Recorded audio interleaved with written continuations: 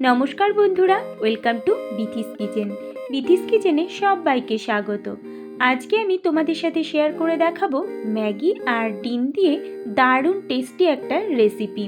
সকাল বা বিকালের নাস্তাতে বা বাচ্চাদের টিফিনেও কিন্তু এটা দিতে পারেন। আর যারা ম্যাগি পছন্দ করে তাদের তো এটা ভীষণই ভালো লাগবে। হাতের কাছে থাকা কিছু অল্প উপকরণ দিয়েই ঝটপট বানিয়ে নেওয়া যাবে এই রেসিপিটি। তাহলে দেখে নেওয়া যাক আমি কিভাবে রান্নাটা করি। প্রথমে এখানে আমি 2 প্যাকেট ম্যাগি নিয়েছি। এবার ম্যাগিটা আমি একটু ছোট ছোট করে ভেঙে নেব। আমি সবাইকে অনুরোধ করব ভিডিওটা পুরোটা দেখার জন্য। এই রেসিপিটা আমি একটু হেলদিভাবে তৈরি করব। দেখো এখানে ম্যাগিগুলো আমার ভেঙে নেওয়া হয়ে গেছে। আর অন্যদিকে আমি একটা পাত্রের মধ্যে জল গরম বসিয়েছিলাম। সেই জলের মধ্যে আমি ম্যাগিগুলো দিয়ে দিলাম সেদ্ধ হওয়ার জন্য। ম্যাগিগুলো আমি একটু সেদ্ধ করে নেব। 3-4 মিনিট ফুটিয়ে নিলেই ম্যাগিটা সেদ্ধ হয়ে যাবে। দেখো ম্যাগিটা আমার সেদ্ধ হয়ে গেছে। এবার জল ঝরিয়ে নেব, এর থেকে বেশি সেদ্ধ করব না। ম্যাগিটা থেকে জল ঝরিয়ে নেওয়া হয়ে গেছে আর আমি একটা পাত্রের মধ্যে তুলে নিয়েছি। এইবার ম্যাগির মধ্যে দেওয়ার জন্য আমি কিছু সবজি এখানে কেটে নিয়েছি। একটা গাজর, টমেটো, অর্ধেকটা টমেটো, আর নিয়েছি লঙ্কা কুচি আর 2টো মিডিয়াম সাইজের পেঁয়াজ, আর নিয়েছি 2টো ডিম। তোমরা চাইলে গাজর আর টমেটোটা নাও দিতে পারো। আর যদি পছন্দ হয় তাহলে এখানে ক্যাপসিকাম, বিনসও কিন্তু দেওয়া যেতে পারে। এবার দেখো সবজিগুলো আমি সব ম্যাগির মধ্যে দিয়ে দিচ্ছি।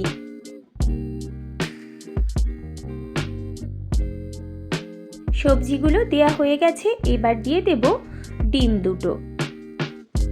আমি এখানে 2 প্যাকেট ম্যাগির জন্য 2টো ডিম ব্যবহার করেছি। আর দিচ্ছি পরিমাণ মতো লবণ, আর দিয়ে দেব ম্যাগি মশলা। সব কিছু দিয়ে এবার আমি এগুলো মাখিয়ে নেব।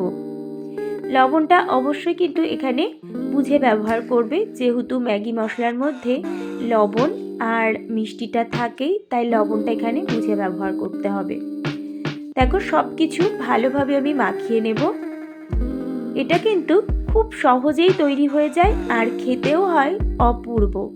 আর যারা ম্যাগি ভালোবাসে তাদের তো ভীষণই ভালো লাগবে। দেখো সব কিছু ভালোভাবে মাখিয়ে নেওয়া হয়ে গেছে। এবার আমি এটা ভেজে নেব। তার জন্য একটা ফ্রাইং প্যানে আমি দিয়ে দিলাম 1 টিস্পুন রিফাইন অয়েল। এবার তেলটা ভালোভাবে গরম করে নেব।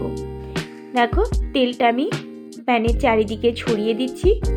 আর তেলটা যখন গরম হয়ে যাবে তখন আমি এর মধ্যে দিয়ে দেব ম্যাগিটা।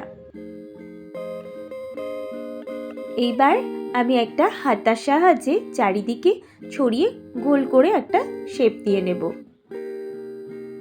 এই সময় আমি গ্যাসের ফ্লেমটা লো টু মিডিয়ামে রাখবো। কোনো বন্ধু যদি আমার চ্যানেলে নতুন হয়ে থাকো তাহলে আমার চ্যানেলটা সাবস্ক্রাইব করে নিয়ে পাশে থাকার অনুরোধ করব। আর আমার রেসিপিগুলো যদি ভালো লাগে তাহলে বলবো অবশ্যই একটা লাইক দিয়ে দিতে। 4-5 মিনিট লো টু মিডিয়াম ফ্লেমে আমি একটা দিক ভেজে নেব, যতক্ষণ না পর্যন্ত সবজিগুলো একটু সেদ্ধ হচ্ছে। এবার আমি একটু চেপে চেপে দিচ্ছি যাতে ভাজাটা ভালো হয়। একটা দিক ভাজা হয়ে গেছে। এবার আমি অপর দিকটা উল্টে দেব। তার জন্য একটা প্লেট নিয়েছি। প্লেটের উপর করে আমি এটা উল্টে নেব যাতে ভেঙে না যায়। দেখো প্লেটের উপরে উল্টে নিয়েছি। এইবার দেখো প্লেটের উপরে তুলে নিয়েছি। এইবার আমি ফ্রাইং প্যানের উপর অপর দিকটা দিয়ে দেব। এরকমভাবে যদি প্লেটের উপর করে অপর দিকটা উল্টে দেওয়া হয় তাহলে কিন্তু একদমই ভেঙে যাওয়ার চান্স থাকবে না। আর যদি আমরা খুন্তির সাহায্যে উল্টাতে যাই তাহলে কিন্তু ভেঙে যাওয়ার চান্স থাকবে। খুব সাবধানে এটা উল্টে দিতে হবে, না হলে ভেঙে যাবে। দেখো অপর দিকটাও কিন্তু একই রকমভাবে ভেজে নিতে হবে যাতে করে সমস্ত সবজি আর ম্যাগিটা খুব ভালোভাবে ভাজা হয়ে যায়।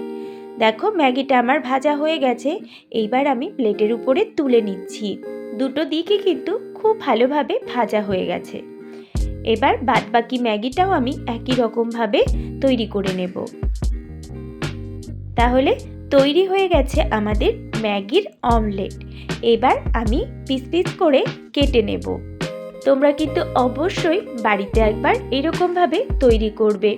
ছোট থেকে বড় সবারই কিন্তু ভীষণ ভালো লাগবে, আর এটা খেতেও কিন্তু অপূর্ব হয়।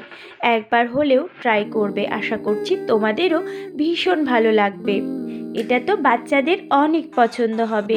আর আমি এখানে একটু টমেটো সসের সাথে পরিবেশন করেছি। তাহলে বন্ধুরা, আমার আজকের এই ম্যাগির অমলেট রেসিপি যদি তোমাদের ভালো লাগে তাহলে অবশ্যই একটা লাইক করবে আর কমেন্ট করে জানাবে তোমাদের কেমন লাগলো। তোমাদের সুন্দর সুন্দর কমেন্ট আমার রান্না করার উৎসাহ আরও বাড়িয়ে দেয়।